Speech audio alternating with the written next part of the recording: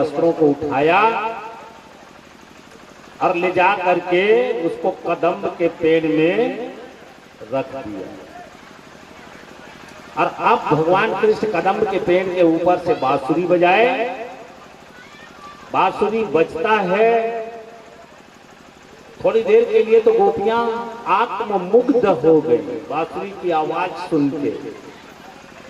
फिर ये बांसुरी की आवाज आ कहां से रही, ध्यान दिए तो सबसे पहले उनको दिखाई देता है क्या, उनके अपने कपड़े और पत्तों के बीच में बांसुरी बजाता हुआ भगवान कृष्ण का मुखमंडल। उन गोपियों ने कहा, कन्हैया तुम कब आ गए? ऐसा करो ना, ये हमारे वस्त्र क्यों ऊपर ले गए? इन वस्त्रों को गिरा दो, चले जाओ, और हम लोग वस्त्र पहन लेना तो फिर से चले आओ। भगवान कृष्ण ने कहा कि सुनो, ये वस्त्र तो अब तुमको तभी मिलेंगे जब जल से बाहर आ जाओ। उन गोपियों ने कहा, ऐसा क्यों कहते हो कन्हैया? जानते हो ना हम लोग शिकायत नहीं करते हैं। भगवान ने कहा, शिकायत कब करोगे? जब बाहर निकल के आओगे तब ना शिकायत करोगे। यही तो मैं भी कर रहा हूं, बाहर निकल के आओ। आखिर उन गोपियों को बाहर आना पड़ता है। भगवान कृष्ण ने उनके वस्त्र उनको दे दिए, उन्होंने वस्त्रों को धारण किया, और जब धारण कर लिया तो भगवान कहते हैं कि बोल, बाहर क्यों नहीं आ रही? क्या लज्जा आ रहा था?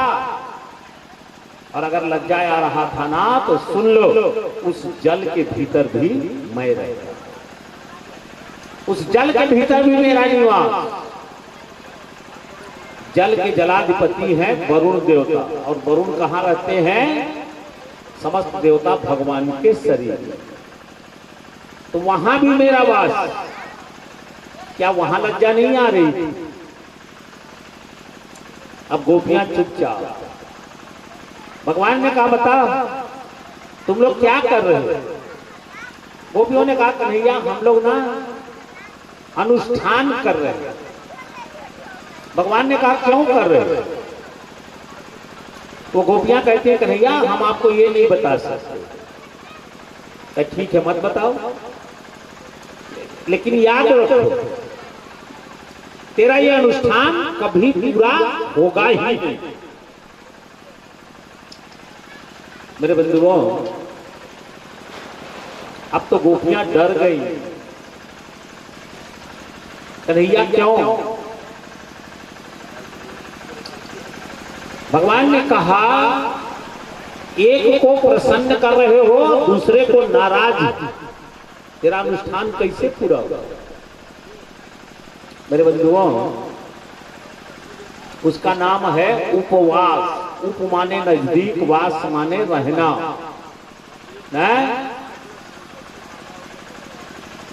जब भी आप व्रत करते हैं, उपवास करते हैं, तो कभी भी ऐसा कोई आचरण मत करिए कि जिससे आपका कोई अपमान करे या आप किसी का अपमान करें। ये गोपियों ने क्या किया? देवी को प्रसन्न करने जा रही हैं, और भगवान कहते हैं कि जल में जा करके बिना कपड़े के स्नान करके जल के देवता वरुण का अपमान। एक को प्रसन्न करोगे, एक को अपमान करोगे, तेरा अनुष्ठान कैसे पूरा होगा? नहीं पूरा होगा। तो गोपियां डर गई, और जब गोपियां डर जाती हैं तो भगवान कृष्ण ने कहा कि बोल, तुमने अपराध किया कि नहीं? तो कहे, हाँ कन्हैया अपराध तो हो गए। तो कहे, अपराध का सजा कौन भोगेगा? उन गोपियों ने कहा, कन्हैया हम सजा भोगने के लिए तैयार हैं।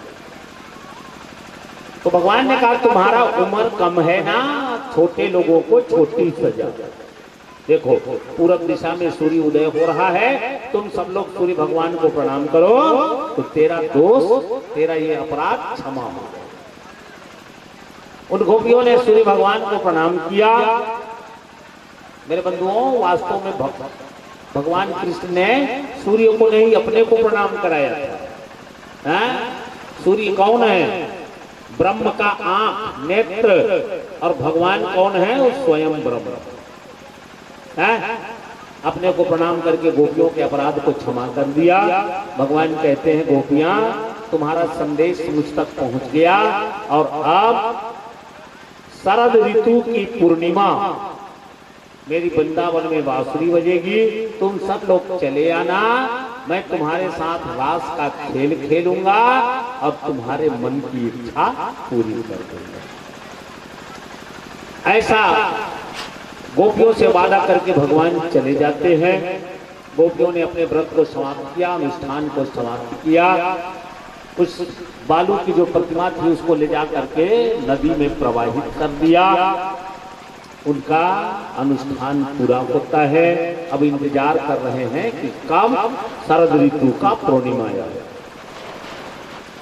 मेरे बंधुओं,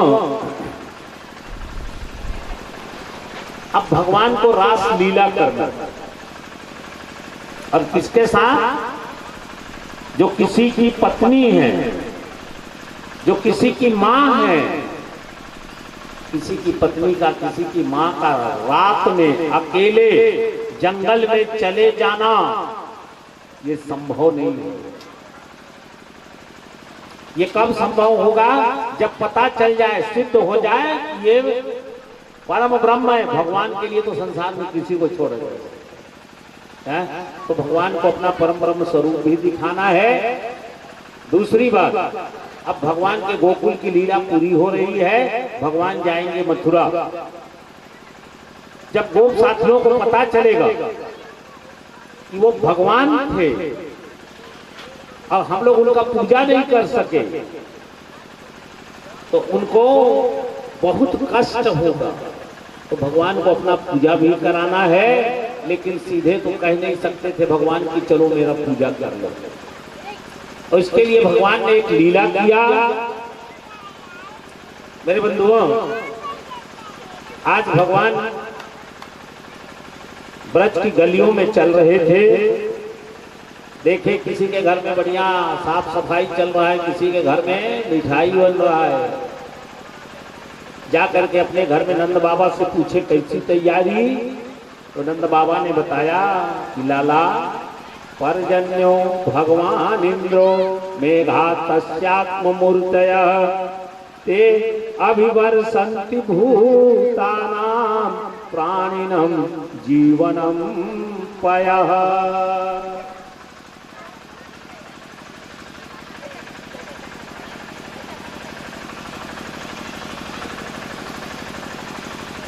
नंद बाबा ने कहा, लाला हम लोग जात के वैश्य हैं, हमारा केवल दो काम, खेती करना, गौ पालन।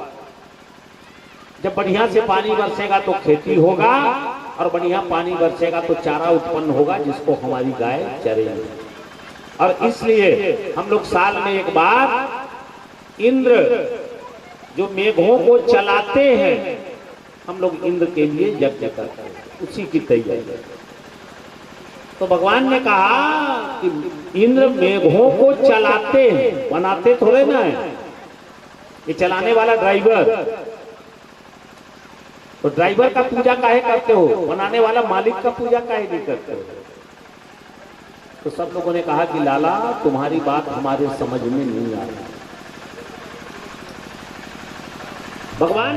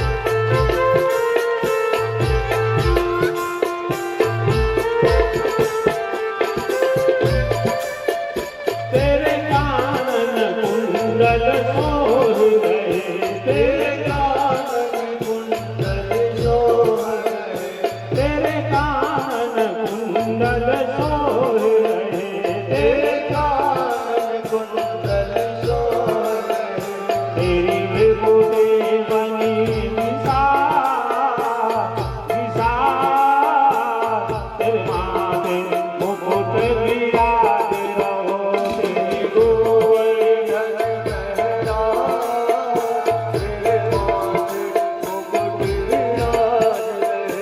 श्री गोवर्धन महराज सिर माथे मुकुट विराज रहो श्री गोवर्धन महराज सिर माथे मुकुट विराज।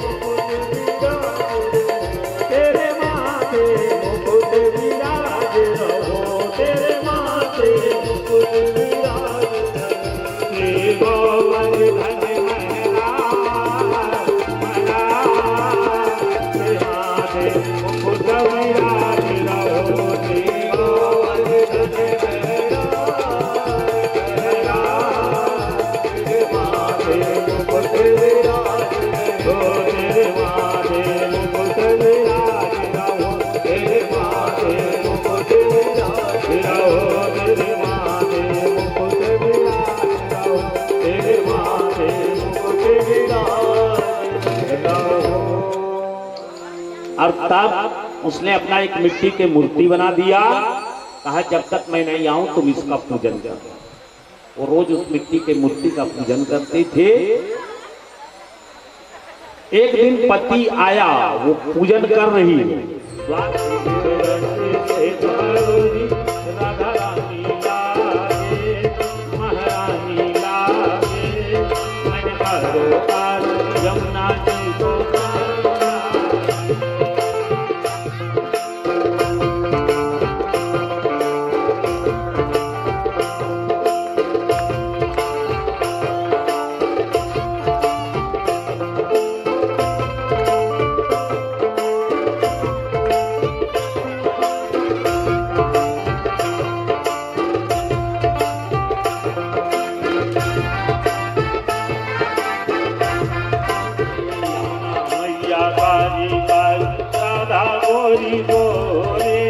वृंदावन में धूम मचावे बरसाने की चोरी, वृंदावन में धूम मचाए बरसाने की चोरी।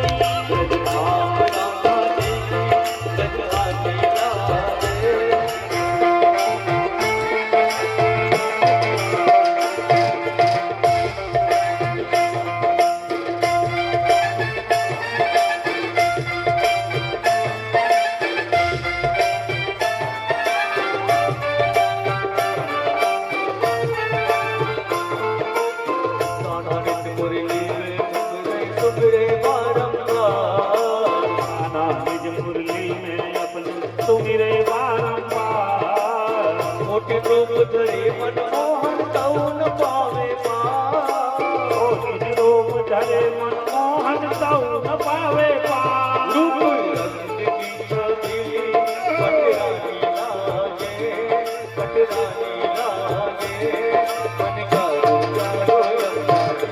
पानी लागे, रस से भारोगी राधा रानी लागे, महारानी लागे, मन करो पार यमुना जी को पानी लागे।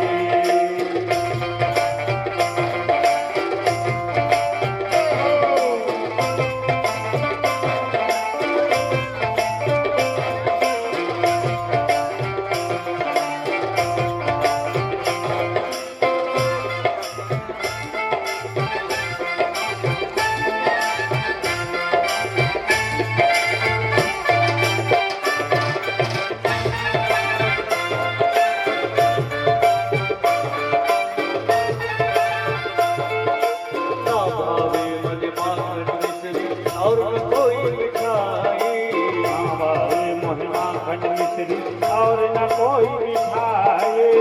मारो जी बढ़िया ने भावे राधा नाम मलाई, हमारे जी भर जावे अब तो राधा नाम मिठाई। वैसी धान्य की लगी को जुड़गानी लागे, जुड़गानी लागे, मन करो करो पानी लागे, मीठो रस से भारोगी राधा रानी लागे, महारानी लागे, मन कारो कारो यमुना जी को पानी लागे।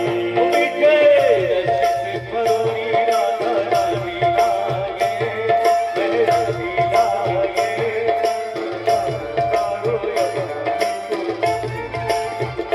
मीठो रस से भारोगी राधा रानी लागे, महारानी लागे, मन कारो कारो यमुना जी को पानी लागे। मीठे रस से भरोरी राधा रानी लागे, रानी लागे,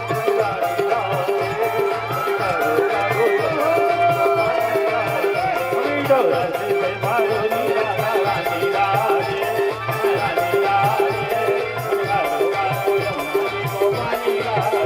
मन करो करो पानी लागे,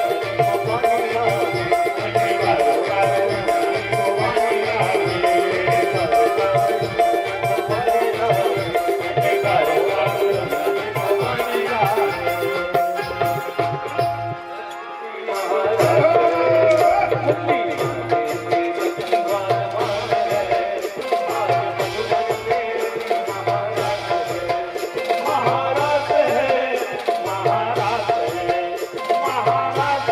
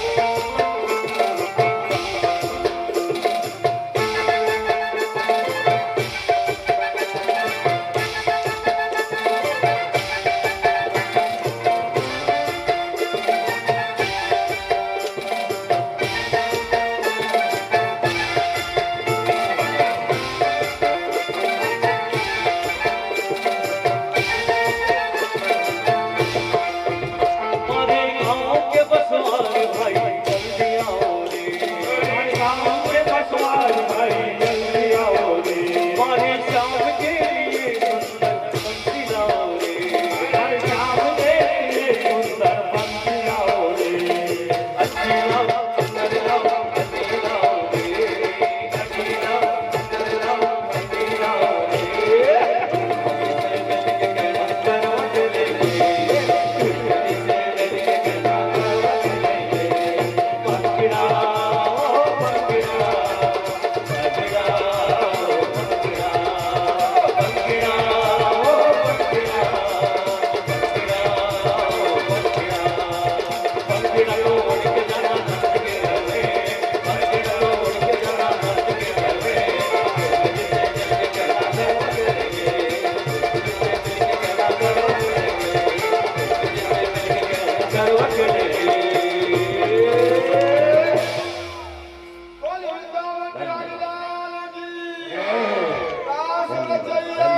अरे किसके